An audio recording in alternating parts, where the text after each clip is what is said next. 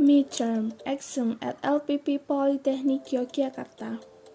Field of study, Financial Accounting 1. Sporting lecturer is Madam Sri Purwati Widya Stuti.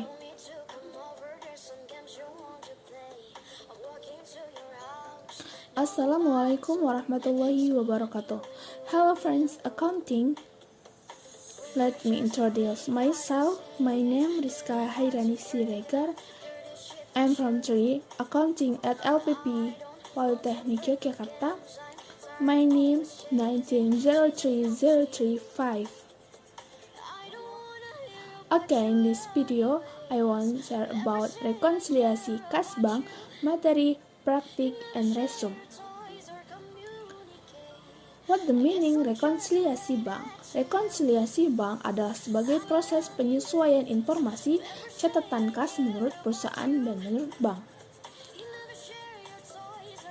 Apa tujuan rekonsiliasi bank? Untuk memastikan adanya persamaan pencatatan atau justru perbedaan di antara laba perusahaan dengan laporan bank.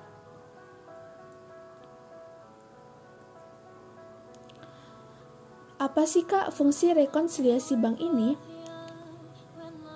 1. Mengetahui jumlah saldo, nominal selisih saldo antara perusahaan dan bank. 2. Untuk mengetahui penyebab terjadinya selisih antara uang di bank dan perusahaan.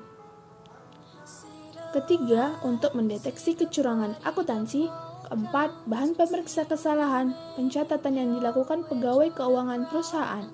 Yang kelima, sebagai pengawasan terhadap pengelola kas. Komponen rekonsiliasi bank yang pertama, deposit in transit, outstanding check. Yang ketiga, cek kosong. Perbedaan menurut saldo bank dan perusahaan. 1. Perbedaan waktu pencatatan. 2. Kesalahan pencatatan. Tahap penyusunan rekonsiliasi bank mulai dengan saldo yang tercantum dalam laporan bank dan perusahaan. 2. Tambahkan atau kurangkan pada saldo per bank yang tidak tercantum dalam pembukuan perusahaan.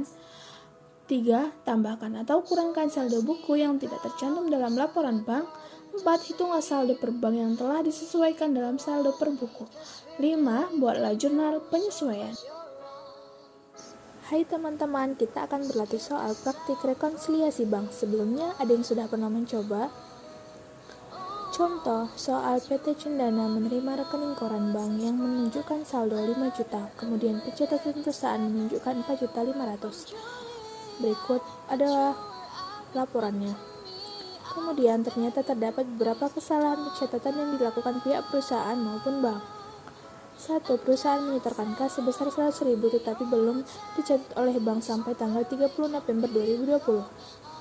Kemudian kita tambahkan di sisi bank setoran dalam perjalanan 100.000. Kedua, masih dalam peredaran sampai tanggal 30 sebesar 200.000. Kemudian kita mengkurangkan dari sisi bank cek dalam peredaran 200.000.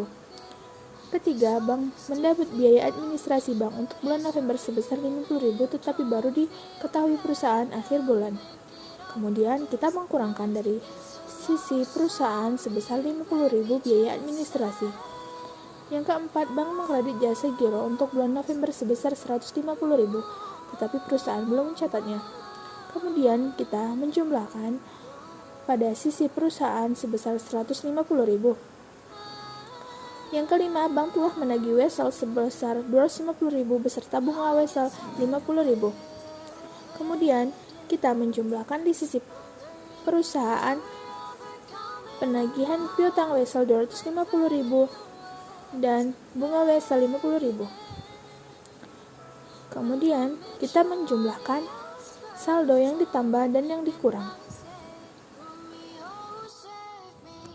Selanjutnya, kita akan membuat jurnal penyesuaian teman-teman. Nah, yang Yang pertama, mencatat pembebanan administrasi bank. Yang kedua, mencatat pendapatan jasa. Yang ketiga, mencatat penerimaan wesel melalui bank. Berikut adalah penjabaran jurnal penyesuaian. Kesimpulan yang dapat kita ambil dari pelajaran rekonsiliasi bank adalah sebagai pencocokan antara saldo di perusahaan dan di bank jika terdapat selisih. Jika proses keuangan telah benar, maka tidak diperlukan lagi untuk melakukan rekonsiliasi bank. Okay, until here my video. Thank you very much for attention and wassalamualaikum.